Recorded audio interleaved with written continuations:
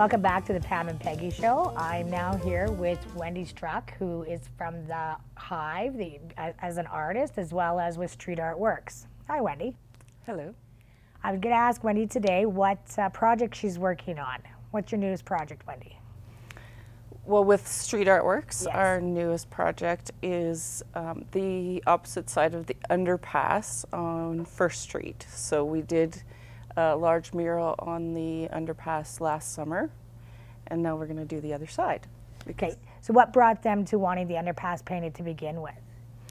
The city approached Street Art Works last year, as well as, I believe it started with the city police, were interested in putting together a project with the city to have something on it. It was a nice big blank canvas, so why not put something up there? Okay, so the process, how do you get your artists and what do you go through to get it going? So the city police have been working with us to do that. They visit all the high schools in Medicine Hat and speak to the art teachers. So they recommend different students. We have a good group of students from around the city. So they get consent forms signed and things like that. So that's great. And then they bring it to us and the city, and we start with a design workshop. So we work with the kids for 3 days, teaching them how to put together a large-scale project and how it starts, get them thinking about composition and color theory and all of that stuff, get them sketching ideas. So they're really involved in the whole process, from the design right to the painting. So the one you did last year has people, transportation. Is the theme Yes. going to kind of stay the same, or? Transportation was our theme last year. This year they want us to touch on some history.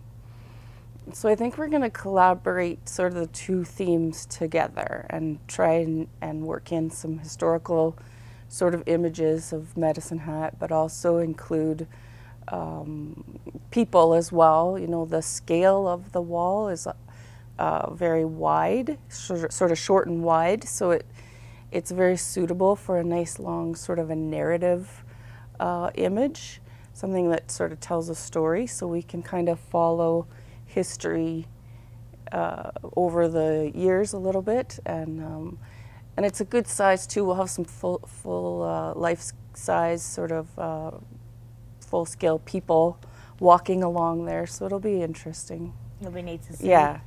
So when do you plan to start the project? So we're going to start in July. We're going to give the students a little bit of a break after they're done school. We're going to start the workshop in mid-July, and then about a week or so after that we start our painting. We paint, we have 2 painting days each week, and I believe we go for about 4 weeks. So we'll probably wrap up the mural in mid-August. Okay, so that'll be really interesting to see both sides done. So as well with Street Art Works, the tunnel as well, has there any new things going on in there? There's always seems to be something new in the tunnel. The tunnel is a volunteer community collaboration project, I like to call it. So we always invite people to contact us to paint down there. We've had community groups, school groups, individual artists. Yeah, it's been really great, and it's just such a nice place to walk through now. It's very interesting, and there's still lots of room, so yeah, people can, yeah. Yeah, and I understand too that with the art on the wall, there's not as much graffiti going on. Is that one of the reasons that the project was to start? Yeah, for sure. It does seem like graffiti doesn't happen when there's artwork there. People respect the space. I mean, there's always a little bit here and there that we have to fix up, but it's very minimal. And yeah, I think that we wanted the tunnel to be utilized to, connect the North Railway and South Railway, both the old downtown, the new downtown.